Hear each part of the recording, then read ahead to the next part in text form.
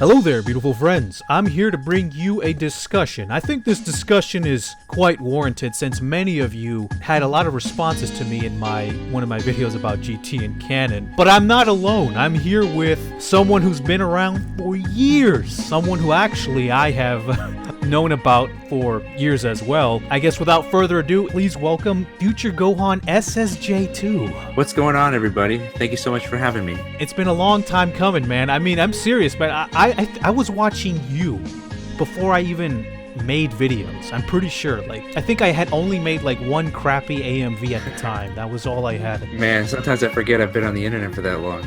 Yeah, I know, right? But anyway, I think this is going to be a good discussion here because I think that we come at this with opposing views about GT and how it fits into the series and its place within it. With those opposing views, I think we should lay them out. I think most people know what my position is. If you haven't seen by the way, guys, if you haven't seen the video, Dragon Ball GT is canon to Dragon Ball Z, you should probably watch that before you watch this video, and you'll get my basic position there. But I wanted to let you state what your position is to everyone. Well, my grounding on GT is, don't get me wrong, I'm not like many of these people who hate GT just because I guess it's cool these days to say that you hate GT. I actually enjoy many aspects of GT, but I just don't think it is canon in any sense. And by that I mean it exists in that it just exists. It doesn't connect to anything, at all. That's my stance. I would ask you this then. So you would take the position that Dragon Ball Z does not follow into GT. That's the. I mean, I would say it's just a one-off. If we're going business-wise, it was just a cheap cash-in. I mean, if we want to look at it blatantly, Toriyama didn't really want to make a continuation, but the show was making too much money, and so Toei just decided to do it on their own. So, I mean, I just think of it as just a rushed, cheap cash-in sequel that they tried to make. I understand where you're coming from. However, I think that we should establish the rules of canon. Before we start talking about canons, I think maybe one thing that I should have mentioned in the video, neither has Toriyama ever used the term canon. In fact, one thing that many people, I had so many people and so many times in these discussions, people would talk about Toei said this and Toriyama said this and that was canon. Guys, I'm telling you right now, no official statement has ever been said about whether something was ever canon. And that's what makes this so hard. This is why people that are aware of this in some more hardcore circles don't talk about canon, is because they understand where Toei is coming from, and maybe Toriyama to an extent, but for Toei it's completely a business thing. They will never say GT is not canon because that's a bad business thing to say. As far as Toriyama is concerned, he did have one statement concerning GT, which I think you're aware of, right? Where he called GT a side story. Correct. Yes, he called GT a side story, and I think that many people are misunderstanding me because I tried to say that Dragon Ball Z, the anime, is a product of Toei Animation. Although it was taken as an adaptation of Toriyama's manga, ultimately it's an adaptation that Toei had produced. The only thing separating Dragon Ball Z from GT is that GT is not necessarily an adaptation, although Toriyama did have initial involvement, and he did write off and sign off on at least the beginning portions, the very beginning portions of GT. When Toriyama says that GT is a side story, the way Toriyama's mind always works with continuity in Dragon Ball, he's only ever, in my opinion, you could disagree with me here. In my opinion, Toriyama is only ever keeping in mind his own continuity, basically what he has written down with his pen. And that is why when he writes things down, for instance, in Jaco the Galactic Patrolman in Dragon Ball Minus, Goku is depicted, there's a little scene at the very end with Goku. Goku is depicted to be much older than we had seen in previous anime material, and you could say that contradicts the anime, but if you really think about it, it never contradicted anything Toriyama himself wrote down or drew. And that goes the same with character designs. For instance, the Supreme Kai and Kibito's color scheme is completely different in the Kanzenban release of Dragon Ball, the Kanzenban, which was released in the years of 2004 to 2005-ish. It has a completely different color scheme. It does not go by the anime interpretation because that's not what Toriyama has done himself. And that's one thing you got to keep in mind when Toriyama is stating things like GT is a side story. What he's saying there is that GT is a side story to his manga. To me, when he says side stories, GT is a side story to my manga, and perhaps by proxy of that, because I view GT flowing from Z, you could say, is in a separate continuity from the manga itself as well. And that's kind of the implicit statement that's being said there. It isn't possible to 100% detain what he truly meant from that. I think that overthinking it could lead to confusion. When I think he says GT's a side story, think of it in like comic book terms. Think of an Elseworld story that in no way has any effect on what's mainly going on during the current comic line at the time. It's just an additional story that exists primarily on its own. And I think that's what he thinks it is. It's because it's not really his creation. It's not really his product, but it's Dragon Ball. It's spawned from his creation. So it exists and it's Dragon Ball and it's official. So he can't disown it, and he can't, say that it's, not real or not, it doesn't exist, because it clearly exists. I think the majority of the fandom, let's be honest, hasn't read the manga. They mainly go for they mainly situate themselves in the anime, right? Which is unfortunate. I think that's a fair statement to say, right? That most fans situate themselves on the anime side of things. Yeah. Well, this is one thing that has to be made very clear. When he's talking anything Dragon Ball, he's mostly situated on the manga side, what he wrote. So when he says it's a side story, you have to keep in mind that he most likely means that it's a side story to my manga, right? I think that's a pretty safe assessment. I don't think of it that way. I don't take it that way. I just see it as him just saying it's a side story. It's a story that exists on the side, that exists primarily on its own. Actually, I want to ask you a couple questions then on just basic continuities here. Obviously, there are differences between the manga and the anime. So, do you think that there's a separate continuity between the manga and the anime? I think that using canon could maybe muddle things too much, but do you think that the continuity between the anime and manga is separate, right? I don't see it as a separate continuity. I don't see it as a separate canon, like an anime canon and a manga canon. I don't see it that way. I see it as the canon, which is the manga and products that Toriyama wrote. And yes, while the Dragon Ball Z anime is an adaptation, there are some things that are slightly differing, but I mean, it's ever so slightly, which is mostly done by the addition of filler. All the main points in Toriyama's manga are still hit in the anime. I don't see it as a separate continuity. I feel like that's going too far to kind of just stretch something into being bigger than what it really is. I just see it's just an adaptation. That's all I see it as. We both agree on one thing here, and that is that if anything is canon in Dragon Ball, and once again, guys, just have to reiterate, Toriyama, not Toei, not Shueisha, no one has ever said anything is canon in Dragon Ball. But as fans, if you're going to assess what is quote-unquote the canon, okay, and this is something I have to emphasize, it's just something that you have to have a educated guess about, it would probably be the manga, okay, and that's probably the best. So we both agree on that. But then I have to ask you this then, wouldn't that mean that Dragon Ball Z the anime is not quote-unquote the canon then? No, of course not. It would only be the manga, volumes 1 through 26, with the addition of Jacko the Galactic Patrolman. I would even include Dr. Slump and Dragon Ball Super. I don't know. See, that to me just means that you implicitly think that the anime version, Dragon Ball Z, is taking place in a different continuity, because there's just two obvious differences between Dragon Ball and Dragon Ball Z in terms of the anime and manga. That's the logic I always go by, because if some contradictions and just inherent differences between these two things, they obviously aren't taking place in the same exact continuity, you could say, so they have to be taking place in different continuities.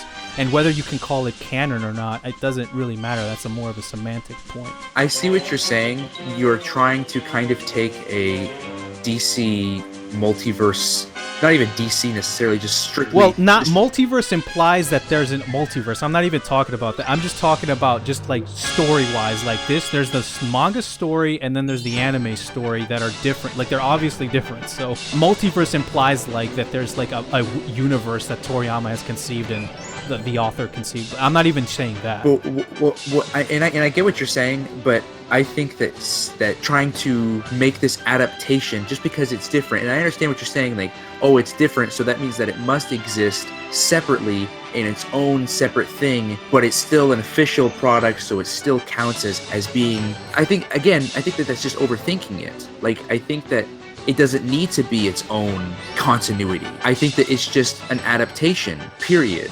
It's kind of like the Harry Potter books and the Harry Potter movie. Nobody argues about whether or not there's what's true to the Harry Potter canon. I mean, there's the books. Nobody says that, oh, well, I think the movies, there's a movie canon. There's no movie canon to Harry Potter. It just doesn't work that way. They have a set canon. And it's the same way with Star Wars. Here's my basic point, though. Even though in Harry Potter, and I know nothing about Harry Potter, guys, but in Harry Potter, you could say that movie 1 goes into movie 2, and then movie 3 goes into movie 4, and then so on and so forth, right? Yes, but that's still an adaptation. That would mean that there's a continuous continuity between the all of. That's all I'm saying, is that there's a continuous continuity between them. Now, whether this continuity is quote unquote canon, I mean, that doesn't really whatever, but like, that's all I'm saying. I mean, I see it, but I don't know. I mean, I just feel like that's kind of thinking about it too hard. I just think that that's kind of going too far, because that'd be like if I was like, well, okay, then that means that Team 4 Stars Dragon Ball Z Abridged, it has its own continuity. Well, which it does. It definitely differs from the source material vastly, but I mean, I think that's clearly going a little too far. You could always pull that's not an official thing, because it isn't. You're right there. It isn't. Anyway, I guess that's like my main point here, is that the manga and anime obviously can't be the same. They obviously aren't the same. So therefore they inhabit different continuities, that the anime goes through Dragon Ball Z. And my only argument is that therefore Dragon Ball and Dragon Ball Z are not quote unquote canon, and therefore it goes right into from Z to GT, because it's all made by the same company anyway. It's all Toei going from Z to GT. And for what it's worth, GT was created with the goal of continuing the anime, which you could say, I would say, continuing the anime continuity. Now, whether that means anything to anybody else, I don't know, but that's the assessment I got from it. And that is true, though, that Toei did have the intentions of continuing it outside of like manga, for instance, obviously. Well, they wanted to continue the story. Obviously, if they were to do that in any form other than an anime, it wouldn't sell as well. So, I mean, they kind of had to go the anime route. But, I mean, again, just personally, I don't see it as a separate, or alternate reality, I guess you could say. I don't see it like that. I need to emphasize that I'm not saying that there's like multiverses or different timelines. I'm just completely taking it from a story perspective, like the stories that different, you could say, almost authors, like the authors of Toei and the author of Toriyama did. The anime version is the collective work of a bunch of animators and writers that worked on the anime Dragon Ball and Dragon Ball Z, and the manga is the work of Toriyama and his editors that worked on the Dragon Ball manga. And that's all I'm saying, and that they created these two stories, pretty much. That's like, by no means, I'm not even trying to appeal to like multiverse or different timelines, because that implies that there's some overarching plan to all this, which there's clearly not. Right. So, I think we're beating a dead horse with the GT. I think that, I think we can move on, because I think that we can have very interesting conversation about this about Super and the movies. Now, this I didn't touch on the video because I thought this was just a convoluted subject anyway, but I think that it might be interesting to bring it up here. You say that you accept Super. Yes, and not the manga. The manga I do not include as a part of the canon. Actually, that's very interesting. What's your reasoning for not accepting the manga? Because Toei said, and a lot of people totally forget about this, when Dragon Ball Super, the anime, was announced, it was announced as being the official continuation to what happens at the end of Dragon Ball Z with the defeat of Majin Buu. When the manga is announced, it is announced as being 100% nothing more. You can go back and find the original article on Kanzenshu. It is announced as being nothing more than solely advertisement for what is to come in the future of the anime, to hype up and promote the anime. the Dragon Ball Super manga was never intended to be taken on its own until obviously later when they started to fall behind, and that's when Toriyama kind of told him to kind of start doing his own thing. But when the manga was originally announced, it was announced as being nothing more than just a chapter to come out once a month to get people hyped up to watch the anime. Because if you were to try to take the Dragon Ball Super manga and try to make it canon to everything else, there's so many holes because there's no Resurrection F arc, there's tons of things that don't make sense, and there's tons of things in the manga that literally say, like, because I guess Toyotaro was lazy and didn't want to draw something, because he would literally put an editor's note and just say, just watch this scene from Battle of Gods. Well, he is constrained to a monthly schedule, so maybe that's not all Toyotaro. I'm just saying, I'm just putting that out there. Well, whether it was because of restraints or because of whatever, if an official, like, story tells you to just go watch this scene from this movie. Well, here's the thing. I actually, in terms of this, like, you could say continuity or canon debate, I just say that the Super anime is more legitimate simply because it has precedence over the manga. It came out first. It was the original material, just like the manga. Just like the Dragon Ball manga is the original source material of everything that Dragon Ball related. So, everything related to Super, the anime version does have precedence because it was the thing to come out first. That's been my basic argument. But in terms of how it fits into the rest of the series, that's a little bit weirder because, okay, when you talk about Super, there's obviously the Super retold some of the movies, and then there's obviously the movies themselves. Now you accept Super over the movies. Now I'm gonna say this: Battle of Gods, when it first came out, was stated to be a continuation of Dragon Ball or Z, however you want to see it, when it was coming out too. You could also say those two. So Toei has said like these things, and obviously all this is just for promotion of the actual product that they're trying to put out, obviously. But they have stated that Battle of Gods was this thing, and then when Super came out, they retread all those statements again. Why is it that you accept Super over something like Battle of Gods? Because I really think that's a very concrete thing, man. Like, if anything, I honestly think that Battle of Gods has more precedence over Super, just because, once again, it's a precedent. It was the original source material of all that. Toriyama was heavily involved in Battle of Gods. So, in terms of source material wise, Battle of Gods is the source material. I do disagree slightly. I'm gonna tackle what you said first. While yes, Battle of Gods and Resurrection F, when the movies were announced, they were technically canon at first. They were announced as being the official continuation to the Majin Buu saga.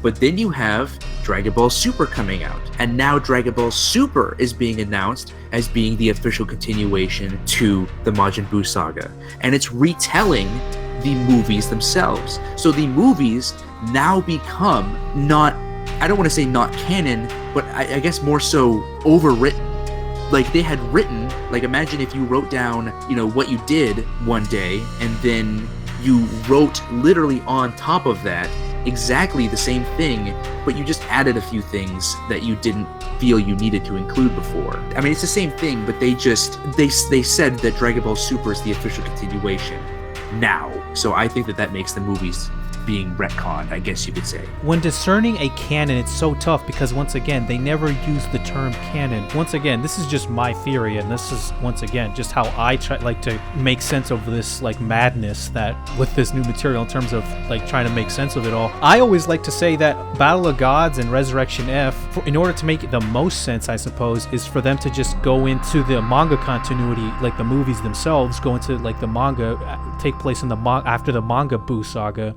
And Super itself takes place after the anime Buu saga. And the reason I say that is because in Super, it has explicit references to anime filler material that was not in the manga. And I know, of course, this is just my theory, guys. I'm not saying this is fact, but in Super, there are some references to anime filler material, like filler characters that showed up in Z that didn't show up in the manga. And also they had that one scene where Bulma had that reference to that frog ordeal she had with Ginyu that did not happen in the manga. That doesn't make sense if it takes place in the quote-unquote, manga canon or the manga continuity, however you want to word it. It would only make sense if it takes place after the anime. That's how I make sense of it anyway. And I get that, but at the same time, what I always saw those little tidbits as, those little nuances, those nods to anime filler, I saw them as nothing more, absolutely nothing more than an Easter egg. Like, there's tons of Easter eggs you see in tons of content these days. I don't know, to call something that might contradict some previous material outright. Well, because if I remember correctly, Bulma never specifically states like, oh, that's the frog that traded bodies with me back on Namek. She never officially states that, I don't think. I believe she says... I'm pretty sure she did. I don't have the scene on me, but I do remember that explicitly because I remember that surprised me when I first saw it. I could have swore she just said something along the lines of, like, they saw her getting scared and she just says, oh, I just remembered something. Or she said something along the lines of, I just got a bad feeling or something like that. Like, they nodded at it, but they didn't flat out, because to me that was just more of an Easter egg. So for me, things like that just can't be overlooked that easily. Guys, you got to keep in mind that Toriyama's involvement in Super, we don't know exactly how much he's involved, although we do know, of course, that most of the major decisions probably are Toriyama. But at the end of the day, Dragon Ball Super is a Toei Animation product, and it would make sense that if Toei Animation had all this material with Dragon Ball Z and Dragon Ball, that they would use it in Super. So you could say from a production, real-world standpoint, that would make sense. I honestly do not think that they expected fans to heavily analyze this 5-second joke line and try to. I don't think that they tried to do that. And in fact, going over canon in general, in Japan, they don't really have these debates like we do, because for some reason we like to think a lot about that kind of thing, and I guess it's because comics have kind of ruined the idea of multiverses and timelines for us, so we always are wondering about what's canon and what's not canon. In Japan, it's not really like that, so that's why they don't really talk about canon. Like, you never see Toriyama saying, oh, well, this is canon, or that's not. They just don't really talk about that. Well, here's the thing, and I actually wanted to end it with something like along the lines of, at the end of the day, what is canon in Dragon Ball actually doesn't matter. I just wanted to emphasize this enough, because I'll tell you this, I can surely tell you that to Toriyama it doesn't, and to Toei Animation it doesn't. And one evidence of this is that they never actually use the term canon in any official statement. They always talk about the continuation of the story or something along those lines. They never say this is canon, this is legitimate. They don't talk about it the way the fans do, essentially. So at the end of the day, it doesn't matter what is actually canon, although I understand why some of the fans who are very invested into the series might want to make sense of all this. But honestly, because Dragon Ball is so kind of loosey-goosey with what is continuity and all that, and what's the proper continuity, my whole thing has always been that, yeah, I think that in terms of outside of the manga, that as far as the anime material, you could easily say that GT is in the same continuity as Z. You could disagree with it, but I honestly don't think that there's any concrete proof with it, because the best evidence, in my opinion, is some of the statements Toriyama said. But even the statements Toriyama said, I think he's mostly referring to his mangas, so which is not Z, essentially. So I'm holding my ground. I still don't see GT as being anything other than just a Toei Animation creation that Toriyama doesn't recognize. Dragon Ball Z is also a Toei Animation creation, is it not? It is. It is. Okay, let me ask you this. Would you ever say something like the Dragon Ball Z anime is canon? No, but which is my point, which is my whole point exactly. Like, the anime itself is not canon. Like, no, it's not. And I've just never thought about it in the way that you are thinking of. That, like, all the filler and everything that wasn't in the manga, I realized it wasn't in the manga, but I just never counted it as being, oh, well, it did happen. It just happened here in this anime continuity. Because literally all it is just padding to entertain the viewers until Toriyama bullshitted and wrote more chapters of the manga. Like, it wasn't created because they honestly felt from the beginning that they needed to fix Toriyama's story by adding all of these different things for character development. No, it was just created because they needed time and they needed this, that, or the other.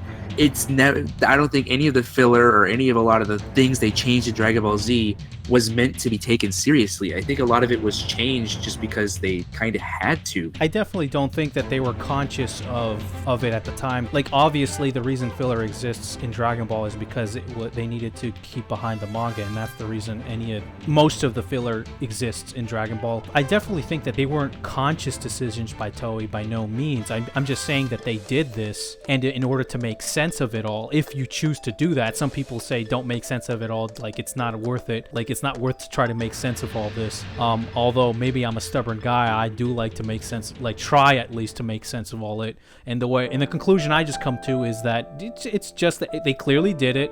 You can't disregard it. You can't say it never happened, because it did happen, obviously. So you just say it's a different continuity, and you just leave it at there. That's just the conclusion I came to. I say this on occasion. I kind of like to say that it didn't happen. And I mean, obviously it happened. I mean, I have the DVDs. I can plug it in, anytime. It happened. But at the same time, it didn't happen because we have Dragon Ball Super. I think that that's a good note to end it on. I think, once again, I want to reiterate, guys, that it doesn't actually matter what is canon in Dragon Ball. Is this new Dragon Ball film canon, quote unquote, to Dragon Ball? Well, you know what? One thing for sure is that Toriyama and Toei aren't going to say it is canon or not, because they never have stated anything of that sort in the future. So just keep these conversations in perspective, guys. That's all I'm going to say on it. That just keep them in perspective and on what truly matters in Dragon Ball, because canon isn't that serious, let's just say, in Dragon Ball. But anyway, I am glad we had this conversation. I'm glad that SSJ2 Future Gohan was here. It was actually very interesting. I always love talking to people that don't exactly agree with me. I think it actually makes for a much more interesting conversation. Please go subscribe to his channel. It will be down in the description. You have anything to say out there for the people? Well, thank you so much for having me, first of all, and I really had fun. I haven't had a fun debate in a while, but yeah, go ahead and I mean, obviously y'all are here on his channel, but yeah, go ahead and watch the rest of his videos, because he's got a lot of fun discussions on there. So, all right, beautiful friends, farewell.